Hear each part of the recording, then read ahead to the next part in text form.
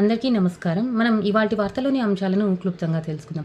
మొదటగా 18వ లోక్సభ స్పీకర్‌గా ఓం బిర్లా గారిని ఎన్నుకోవడం జరిగిందనమాట. మూజువాని ఓటు ద్వారా. ఎవరు డివిజన్ కోరకపోవడంతో మూజువాని ఓటుతో స్పీకర్ నిర్ణయం అనేది దాఖలు చేశారు.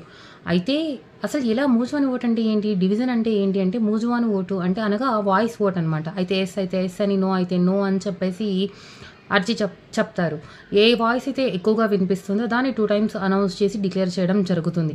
తర్వాత అలా డిక్లేర్ చేసినప్పుడు ఎవరికైనా అబ్జెక్షన్ అనేది ఉంటే అప్పుడు డివిజన్ కోరుతారనమాట. అలా డివిజన్ కోరినప్పుడు ఏం జరుగుతుంది అంటే ఎస్ అన్న వాళ్ళని లేపి కౌంట్ చేయడము, తర్వాత నో అన్న వాళ్ళని లేపి కౌంట్ చేయడం, ఏది ఎక్కువ ఉంటే అలా డిక్లేర్ చేయడం జరుగుతుంది.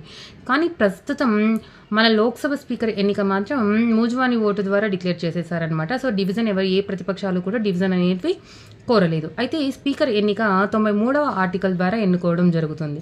అయితే 5 సంవత్సరాలు కంప్లీట్గా పూర్తి చేసి స్పీకర్గా ఎన్నుకోబడిన రెండవ వ్యక్తి మన ఓం బిర్లా గారు అనమాట. అయితే ఇప్పటి వరకు 2 టైమ్స్ చాలామంది ఎన్నికబడ్డారు. అయితే అనంత శయనమయ్యంగారు కానీ, గురుదయాల్ సింగ్ కానీ, బాలయోగి గారు కానీ ఇలా ఎన్నికబడ్డారు. కానీ ఫస్ట్ టర్మ్లో ఎవరు 5 ఇయర్స్ని కంప్లీట్ చేసుకున్న తర్వాత సెకండ్ టైం స్పీకర్గా ఎన్నికవ్వలేదు. అయితే 5 టైమ్స్ కంప్లీట్గా ఫస్ట్ టైం పీరియడ్లో కంప్లీట్ చేసుకుని సెకండ్ టైం ఎన్నికైన వాళ్ళలో ఫస్ట్ ప్లేస్లో బలరాం జక్కర్ గారు ఉన్నారు. దాని తర్వాత ఓం బిర్లా గారు ఉండడం జరిగింది. తర్వాత వైజాగ్ స్టీల్ ప్లాంట్ను సైల్లో కలపాలి అని చెప్పి, సైల్ అనగా స్టీల్ అథారిటీ ఆఫ్ ఇండియా లిమిటెడ్లో విలీనం చేయాలి అనేసి బీజేపీ ఎంపీలు పురంధరేశ్వరి గారు మరియు సీఎం రమేష్ గారు మన భారతదేశ కేంద్ర ఉక్కు శాఖ మంత్రి అయిన కుమారస్వామి గారిని సంప్రదించడం జరిగింది. అయితే వైజాగ్ స్టీల్ ప్లాంట్తో పాటు ఛత్తీస్గఢ్లోని నాగార్జున స్టీల్ ప్లాంట్ని కూడా సైల్లో విలీనం చేయడం ద్వారా జాతీయ ఉక్కు విధానం 2017 సమర్థవంతంగా వేగవంతంగా పూర్తి చేయగలము అని చెప్పేసి కుమారస్వామి గారితో చర్చించడం జరిగిందనమాట. అయితే 2017 జాతీయ ఉక్కు విధానం ఏంటి అంటే ఎంఎస్ఎంఈని డెవలప్ చేయడం, తర్వాత 2030-31 కంతా 300 మిలియన్ టన్స్ని స్టీల్ని తయారు చేయడం, తర్వాత పర్ క్యాపిటల్ 160 kg స్టీల్ని కన్జ్యూమ్ చేయడం, ఇలాంటివన్నీ ఉన్నాయి 2017 జాతీయ ఉక్కు విధానంలో అనమాట. సో దీనికోసం వైజాగ్ స్టీల్ ప్లాంట్ని, తర్వాత ఛత్తీస్గఢ్లోని నాగర్నర్ స్టీల్ ప్లాంట్ని సైల్లో విలీనం చేయాలని చెప్పేసి బీజేపీ ఎంపీలు కోరడం జరిగింది. తర్వాత విజయవాడ ప్రాంతీయ పాస్పోర్ట్ కార్యాలయానికి విదేశీ వ్యవహారాల మంత్రిత్వ శాఖ నుంచి అవార్డు లభించడం జరిగిందనమాట. అయితే జూన్ 24న ఢిల్లీలో జరిగిన పాస్పోర్ట్ సేవా దివస్ సదస్సు సందర్భంగా ఈ అవార్డును విదేశీ సహాయ మంత్రి కీర్తివర్ధన్ సింగ్ చేతుల మీదుగా విజయవాడ పాస్పోర్ట్ కార్యాలయ అధికారి శివహర్ష గారు అందుకోవడం జరిగింది. అయితే మొట్టమొదటిగా పాస్పోర్ట్ యాక్ట్ 1967న ఈ చట్టం వచ్చింది. అయితే ఈ చట్టం అమల్లోకి వచ్చింది వచ్చేసి జూన్ 24, 1967 నుంచి ఈ పాస్పోర్ట్ చట్టం అనేది అమల్లోకి రావడం జరిగిందనమాట. అయితే ప్రస్తుతం ఇది విజయవాడ కార్యాలయానికి ఎందుకు లభించింది అంటే ఏటా 3,75,000 మందికి పాస్పోర్ట్ జారీ చేసినందుకు గాను, తర్వాత గతేడాది కంటే ఈ ఏడాది 15% అభివృద్ధి ఉన్నందుకు గాను విజయవాడ పాస్పోర్ట్ కార్యాలయానికి ఈ అవార్డును అందజేయడం జరిగింది. పాస్పోర్ట్ సేవా దివస్ జూన్ 24 అనేసి గుర్తుపెట్టుకోండి. తర్వాత టీమిండియా T20 ప్రపంచ కప్లో సమరానికి చేరింది. అయితే టీమిండియాతో ఇంగ్లాండ్ సెమీస్కు తలపడనుంది. తర్వాత గ్రీన్కో సంస్థ భూ ఆక్రమణలపై నివేదిక ఇవ్వాలని అటవీ పర్యావరణ శాఖ మంత్రి పవన్ కళ్యాణ్ గారు తెలపడం జరిగింది. ఈ సందర్భంగా మనం నేషనల్ గ్రీన్ ట్రిబ్యునల్ 2010, దాని తర్వాత అటవీ పరిరక్షణ చట్టం 1989 ఇలాంటివి గుర్తుపెట్టుకోవాలి.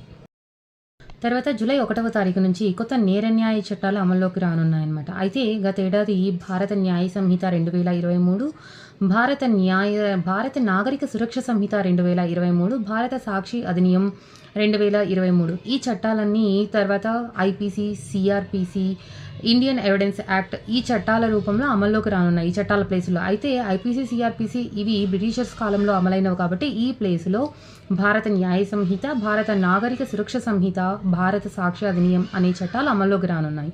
అయితే ఏంటివి జీరో ఎఫ్ఐఆర్ ఇలాగనమాట. అయితే ఏంటి అసలు ఇవి జీరో ఎఫ్ఐఆర్ అంటే ఏంటి, కొత్త నేర న్యాయ చట్టాలు ఏంటి అంటే ఎవరైనా సరే ఏదైనా విషయాన్ని ఎలక్ట్రానిక్ మాధ్యమం ద్వారా కంప్లైంట్ చేసుకోవచ్చు అనమాట. అంతేకాకుండా స్టేషన్ పరిధి అనే లిమిట్ లేకుండా ఏ స్టేషన్ పరిధిలోనైనా సరే కేసు ఫిర్యాదు చేయవచ్చు. దీని ద్వారా త్వరగా విషయం తెలిసి త్వరగా పరిష్కార మార్గానికి సూచనలు అనేవి ఉంటాయి. అంతేకాకుండా మహిళలకు, చిన్న పిల్లలకు కాస్త ఎక్కువ ప్రాధాన్యత ఇవ్వడం జరిగింది. ఆన్లైన్లోనే అప్లై చేసుకోవడం, జీరో ఎఫ్ఐఆర్ క్రియేట్ చేయడం, తర్వాత ఆన్లైన్లోనే సమన్లు కూడా జారీ చేయడం, మహిళలు ఎవరైనా నేరస్తులు అటువంటివి ఉంటే మహిళా మెజిస్ట్రేట్ ముందర మాత్రమే ఇది చేయాలి. అయితే ఇన్ కేస్ మహిళా మెజిస్ట్రేట్ గారు అందుబాటులో లేనప్పుడు మహిళా సిబ్బంది సమక్షంలో పురుషుల మెజిస్ట్రేట్ యొక్క దగ్గర వాళ్ళని హాజరుపరచాల్సి ఉంటుందన్నమాట. అంతేకాకుండా 14 రోజుల లోపల మనం డాక్యుమెంట్స్ అన్నీ కూడా ఆన్‌లైన్ ద్వారానే డౌన్‌లోడ్ చేసుకోవచ్చు. ఛార్జ్ షీట్లు కానీ, లేదా రిపోర్ట్స్ కానీ ఇటువంటివన్నమాట. అంతేకాకుండా బాధితులతో పాటు నిందితులు కూడా వీటిని డౌన్‌లోడ్ చేసుకోవచ్చు.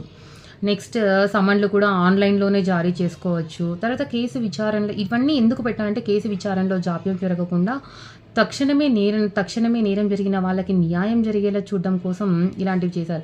అయితే వీళ్ళలో కూడా మహిళలు, దివ్యాంగులు, తర్వాత 15 ఏళ్ల లోపు పిల్లలు, 60 ఏళ్ల పైన పడిన వారు స్టేషన్‌కి వెళ్ళడం అనేది ఉండదనమాట. అయితే స్టేషన్‌కి వెళ్ళకుండా వాళ్ళకి మినహాయింపు ఇవ్వడం జరిగింది. అంతేకాకుండా ఎవరినైతే అరెస్ట్ చేస్తారో ఆ అరెస్ట్ చేసిన వాళ్ళ వివరాలు అన్నీ కూడా స్టేషన్‌లలో మరియు జిల్లా కేంద్రాలలో కూడా పోస్టర్స్ వేయడం జరుగుతుందనమాట. ఎవరెవరు అరెస్ట్ చేయడం జరిగింది ఇలాంటివన్నీ అనేసి. దాని తర్వాత వికీలీక్స్ వ్యవస్థాపకుడైన జూలియన్ అసాంజే నేరారోపణకి గురయ్యారు అని చెప్పి మనం నిన్న చెప్పుకున్నాం కదా. అయితే అతను ఉత్తర మెరియానా ద్వీపం వద్ద కోర్టులో హాజరయ్యి తన నేరాన్ని అంగీకరించడంతో తన కేసుకి ముగింపు లభించిందనమాట. తర్వాత ఆ కేసు ముగించుకొని తర్వాత తన సొంత దేశమైన ఆస్ట్రేలియా పయనమయ్యారు ఇతను. ఓకేనా. ఇక్కడ ఇన్ని రోజులు బ్రిటన్లో ఉండేవాడు. సో బ్రిటన్ నుంచి మరి అమెరికాలోని ఉత్తర మెరియానా ద్వీపంలో కోర్టుకి హాజరై తన కేసుకి ముగింపు పలికిన తర్వాత అతను తిరిగి తన సొంత దేశమైన ఆస్ట్రేలియా పయనమయ్యారనమాట. ఓకేనా. అంతేకాకుండా ఇతను సమాచారాన్ని అంటే భద్రపరచాల్సిన సమాచారాన్ని లీక్ చేసినందుకు కదా ఈయన నేరారోపణకి గురైండేది. అయితే ప్రజలు ఎలాగా అంటే ప్రభుత్వం చేసే పనులు కొన్ని తెలుసుకోవాలి అని కూడా ప్రజలకు అనుకుంటారు. అయితే వాళ్ళకు కూడా ఒక హక్కు అనేది ఉంటుంది అనమాట. అలాగా ప్రజా ఉద్యమాలు చేసి ప్రజలు సమాచార హక్కు చట్టం 2005ని తీసుకురావాల్సి వచ్చింది. ఇది గుర్తుపెట్టుకోవాలన్నమాట. సమాచార హక్కు చట్టం ఇప్పుడు 2005. తర్వాత ఈయన తిరిగి ఆస్ట్రేలియా పయనమయ్యారని చెప్పినాం కదా. సో మనం ఆస్ట్రేలియా ప్రధాని వచ్చేసేసి ఎవరు? ఆల్బనీస్. ఆస్ట్రేలియా ప్రధాని Albanese. Australia capital Canberra. Australia currency వచ్చేసేసి ఆస్ట్రేలియన్ డాలర్ అనమాట. తర్వాత నెక్స్ట్ బ్రిటన్ ప్రధాని రిషి సునక్. తర్వాత బ్రిటన్ యొక్క కరెన్సీ వచ్చేసేసి పౌండ్స్ అనమాట. పౌండ్ స్టెర్లింగ్ అనేసి అంటాం. తర్వాత ప్యారిస్ ఒలింపిక్స్లో జరిగే భారత పురుషుల హాకీ జట్టుకు హర్మన్ ప్రీత్ సింగ్ కెప్టెన్సీ వహించనున్నారు. తర్వాత ప్యారిస్లో ఇండియా హౌస్ అనమాట. అసలు ప్యారిస్లో ఇండియా హౌస్ ఏంటి అని అనుకుంటున్నారా? అయితే ప్యారిస్ ఒలింపిక్స్లో మొట్టమొదటిసారి పాల్గొని 100 ఏళ్ళు పూర్తి అవుతున్న కారణంగా ప్యారిస్ ఒలింపిక్స్ నేపథ్యంలో ప్యారిస్లోని పార్క్ దిలా విలెట్టే ప్లేస్లో ఇండియా హౌస్ నిర్మించనున్నారు. అయితే ఇది ఒలింపిక్ ఉద్యమం, క్రీడా దేశంగా భారతదేశం యొక్క ఎదుగుదలను ప్రపంచానికి తెలియజేస్తుంది. తర్వాత ఇంగ్లాండ్ పేసర్ ఓలీ రాబిన్సన్ ఒక్క ఓవర్లో 43 పరుగులు చేసి బౌలింగ్లో రికార్డు సృష్టించాడు. అయితే ఇతను 2వ స్థానంలో ఉన్నాడు. మొదటి స్థానంలో 1989-90లోని న్యూజిలాండ్ స్పిన్నర్ వెట్ వాన్స్ 77 పరుగుల్లో ఫస్ట్ క్లాస్ క్రికెట్లోనే అత్యధిక ఖరీదైన ఓవర్గా 77 పరుగులు చేసిన ఓవర్ ఉందన్నమాట. తర్వాత T20 ప్రపంచ కప్లో ఆఫ్ఘనిస్తాన్ బంగ్లాదేశ్పై గెలిచి సెమీస్కి ఎంపికైంది అని చెప్పి నిన్న చెప్పుకున్నాం కదా. అయితే ఆ సెమీస్ ఆఫ్ఘనిస్తాన్ దక్షిణాఫ్రికాతో ఆడనుంది. తర్వాత ప్రపంచవ్యాప్తంగా పెరుగుతున్న వాతావరణ అసాధారణ పరిస్థితుల వల్ల పవర్ గ్రిడ్లకు ఇబ్బందులు తలెత్తుతున్నాయి. అయితే అమెరికాలోని బఫెలో విశ్వవిద్యాలయ శాస్త్రవేత్తలు కృత్రిమ మీద సాధనను కనుగొన్నారు. ఇది దేనికంటే ఇలా విద్యుత్లో అంతరాయం కలిగినప్పుడు మిల్లీ సెకండ్స్లోనే గుర్తించేసి దానికి ప్రత్యామ్నాయ మార్గాన్ని ఇది సూచిస్తుంది. తుఫాన్లు వచ్చినప్పుడు కూడా ఈ విద్యుత్ అంతరాయాన్ని ముందే గుర్తించి ప్రత్యామ్నాయ మార్గాన్ని ఆటోమేటిక్గా ఇది సూచిస్తుంది అనమాట. అయితే వీళ్ళ టార్గెట్ ఏంటి అంటే విపత్తుల సమయంలో ఎంత సాధ్యమైనంత వరకు ఎంత ఎక్కువ మందికి అయితే అంత ఎక్కువ మందికి విద్యుత్ని సరఫరా అందించడం వీళ్ళ లక్ష్యం. తర్వాత నాటో సెక్రటరీ జనరల్గా డచ్ ప్రధాని మార్క్ రుటే గారు పదవి బాధ్యతలు స్వీకరించనున్నారనమాట. అయితే ఈయన ప్రస్తుతం వచ్చేసి స్టోల్టెన్బర్గ్ అనే అతను నాటోకి చీఫ్గా ఉన్నారు. తర్వాత జూలై 9 నుంచి 11వ తారీఖున వాషింగ్టన్లో జరిగే శిఖరాగ్ర సదస్సుకు జో బైడెన్ గారు ఇతనికి ఘన స్వాగతం పలకనున్నారు. అయితే ఈయన ఎవరు, డచ్ ప్రధాని అయిన మార్క్ రుట్టే గారు నాటో చీఫ్ సెక్రటరీ జనరల్గా అక్టోబర్ 1న పదవి బాధ్యతలు చేపట్టనున్నారనమాట. అయితే అసలు నాటో అంటే ఏంటి? నాటో అంటే నార్త్ అట్లాంటిక్ ట్రీటీ ఆర్గనైజేషన్. ఇది ప్రపంచంలోనే ఒక పెద్ద సైనిక సంస్థ అన్నమాట. అసలు ఇది ఎలా వచ్చింది అంటే, రెండవ ప్రపంచ యుద్ధం తర్వాత ప్రచ్ఛన్న యుద్ధాలు మొదలయ్యాయి అన్నమాట కొన్ని దేశాల మధ్య. అంటే ఏంటి అంటే కోల్డ్ వార్స్. సో అలాగా అప్పుడు అమెరికా వచ్చేసేసి వెస్ట్ యూరోపియన్ కంట్రీస్తో, రష్యా వచ్చేసి ఈస్ట్ యూరోపియన్ కంట్రీస్తో ఫ్రెండ్షిప్. అట్లా అమెరికా యొక్క ఫ్రెండ్స్ వచ్చేసి ఒక కూటమిలాగా, అట్లా రష్యాతో ఫ్రెండ్లీగా ఉన్న కంట్రీస్ ఒక కూటమిలాగా ఏర్పడడం జరిగింది. అలాగా అమెరికా వచ్చేసేసి 1949లో నాటోని ఏర్పరచుకోవడం జరిగింది. తర్వాత 1955లో రష్యా వచ్చేసేసి వార్సా ప్యాక్ట్ని ఏర్పరచుకుందనమాట. అయితే ఈ వార్సా ప్యాక్ట్ అనేది 1991లోనే డిజాల్వ్ అయిపోయింది. కానీ ప్రస్తుతం ఇప్పటి వరకు కూడా నాటో అనేది కొనసాగుతూనే ఉందన్నమాట. అయితే ఈ నాటో అంటే ఏంటి? North Atlantic Treaty Organization. ఇది ఏర్పడినప్పుడు ఇందులో 12 దేశాలు మాత్రమే సభ్యదేశాలుగా ఉండేవి. కానీ ప్రస్తుతం 32 దేశాలు సభ్యదేశాలుగా ఉన్నాయి. అయితే రీసెంట్గా 2023లో ఫిన్లాండ్ దేశం అనేది 31వ దేశంగా, మరియు స్వీడన్ దేశం 32వ దేశంగా నాటోలో సభ్యదేశం అయినాయన్నమాట ప్రస్తుతం. అయితే ముఖ్యంగా గుర్తుపెట్టుకోవాల్సిన విషయం ఏంటి అంటే, మన ఇండియా మాత్రం నాటోలో సభ్యదేశంగా అయితే లేదు. ఓకేనా? అసలు నాటోలో మెయిన్ ఏంటి అంటే కలెక్టివ్లీ డిఫెన్స్ అరేంజ్మెంట్ అనమాట. అంటే ఇందులో ఆర్టికల్ 5 అనేది ఏం చెప్తుంది అంటే, ఈ నాటోలో ఏ దేశానికి ఇబ్బంది